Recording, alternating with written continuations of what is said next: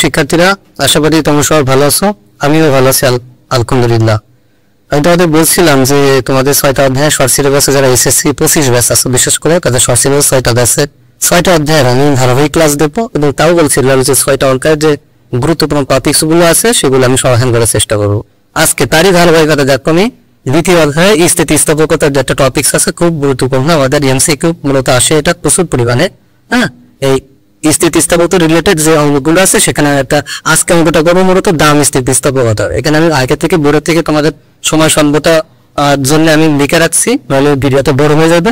দেখো প্রথমে লিখছি আমি যে আমরা জানি স্থিতিস্থাপকতা বলতে চাহিদার স্থিতিস্থাপকতা মূলত 3 প্রকার। একটা হচ্ছে দাম স্থিতিস্থাপকতা, আর একটা হলো আয় স্থিতিস্থাপকতা, আর একটা হচ্ছে চাহিদা আড়াআড়ি স্থিতিস্থাপকতা।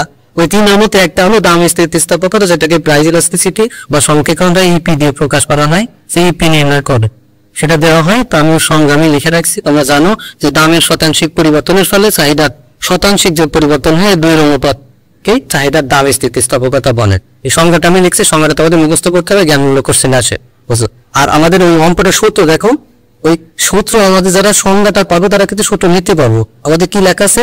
দামের শতাংশিক পরিবর্তনের ফলে, যে দামের পরিবর্তন মিনস ডেল পি এর পরিবর্তনের ফলে চাহিদার পরিবর্তন, চাহিদার পরিমাণে কি পরিবর্তন আসছে সেটা হলো আমাদের দাম স্থিতিস্থাপকতা। আর এই পাশে আমি একটু লিখে রাখছি যে EP for elasticity of price মানে দাম স্থিতিস্থাপকতা। টি ফর প্রাইস আমরা জানি প্রাথমিক দাম বোঝায়, কিউ তো আমরা কোয়ান্টিটি চাহিদার পরিমাণ নির্দেশ করছে এখানে, আর ডেল পি দামের পরিবর্তন, আর এই ডেল কিউ এর মান মানে হলো চাহিদার পরিমাণের পরিবর্তন। আমি আগে লিখে রাখছি।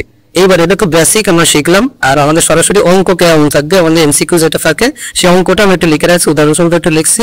দেখো লেখা আছে একটি দ্রব্যের দাম 10 টাকা থেকে হ্রাস পেয়ে 8 টাকা হলে, আই রিপিট, একটি দ্রব্যের দাম 10 টাকা 10 টাকা থেকে হ্রাস পেয়ে কমে যে 8 টাকা হলে চাহিদা 20 একক থেকে বৃদ্ধি পেয়ে 24 একক পেয়েছে।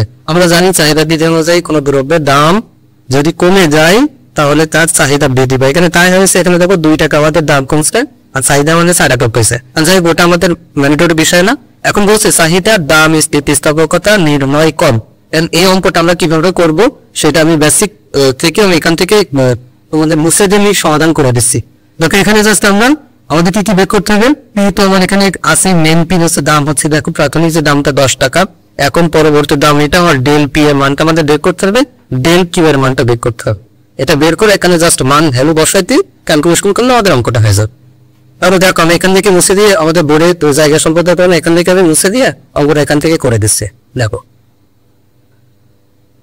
আর যারা এমসিকিউ অঙ্ক করবে তারা তো শুধু সঠিক করবে, এত কিছু বিস্তারিত কোনো লেখা দরকার নেই, জাস্ট আমাদের লাগবে। এখানে আমরা অঙ্ক থেকে বুঝি আমাদের প্রাথমিক দাম মানে প্রথম যে দামটা ছিল, দেখো প্রাথমিক দাম ছিল আমাদের 10। আচ্ছা, আর প্রাথমিক চাহিদার পরিমাণ ছিল প্রথম দিকে যেটা চাহিদা কত ছিল 20 একক। আচ্ছা, আর পরিবর্তিত দাম এটার মানে হলো যে আপডেট দাম থেকে আগের দামটা আমরা প্রাথমিক দামটা বাদ দেবো। তাহলে এখানে আমরা ওটা আপডেট দাম কত 8 টাকা আর আগে কত ছিল 10 টাকা, তাহলে আমি বিয়োগ করে হলো -2 টাকা। আর এটা ঠিক আপডেট পরিমাণ থেকে আগে পরিমাণটা আমরা বাদ দেবো। তাহলে আপডেট পরিমাণ আমার হয়েছে কত 24 একক, আগে ছিল 20 একক, আর আমি ক্যালকুলেশন করে পাই কত 4 একক। এখন জাস্ট এখানে যার মান সেটা আমরা এখানে বসাই দেবো। তাহলে দেখো ডেল পি এর মান কত আমাদের বের হয়েছে 2 -2 বের হয়েছে, ডেল পি এর মান কত বের হয়েছে 4 ইন্টু প্রাথমিক পি কত আমাকে 10 বা 10 আর পরিমাণ আছে 20। এই অঙ্কটা জাস্ট আমরা কাটাকাটি করে দেবো। দেখো আমি যদি কাটাকাটি 2 1 এর ভিতরে 2 বাদ যায় 10 1 10 2, তার মানে আমাদের উপরে থাকলে কত 2 থাকলো আর নিচে থাকলো 2 থাকলো, তাহলে কাটাকাটি করলে আমাদের আসে -1, যেটাকে আমরা পরম মান যদি আমরা ধরে নিই তাহলে মাইনাসটা কোটায় দেওয়া হচ্ছে না, আমরা পরম মান ধরে নেবো, জাস্ট এটাই। কারণ দাম স্থিতিস্থাপকতা কখনো ঋণাত্মক হয় না। এটা হলো আমাদের দাম স্থিতিস্থাপকতার অঙ্ক। এই সূত্রটা যদি কারো মনে থাকে, আমি আবারও বলি, দামের পরিবর্তনের ফলে চাহিদার পরিমাণে কতটুকু পরিবর্তন হচ্ছে, এই 2 অনুপাত হলো দাম স্থিতিস্থাপকতা। এই সূত্রটুকু যদি মনে থাকে তাহলে পৃথিবীর যে কোনো অঙ্ক তোমরা পারবা। এখানে একটা দ্রব্যের দাম এখানে 10 আছে, এখানে 8 আছে, 20 আছে, 24 আছে, জাস্ট তোমাদের সংখ্যাগুলো চেঞ্জ হবে। আর দ্রব্যের দাম এগুলো অথবা নাম উল্লেখ করে নিতে পারে।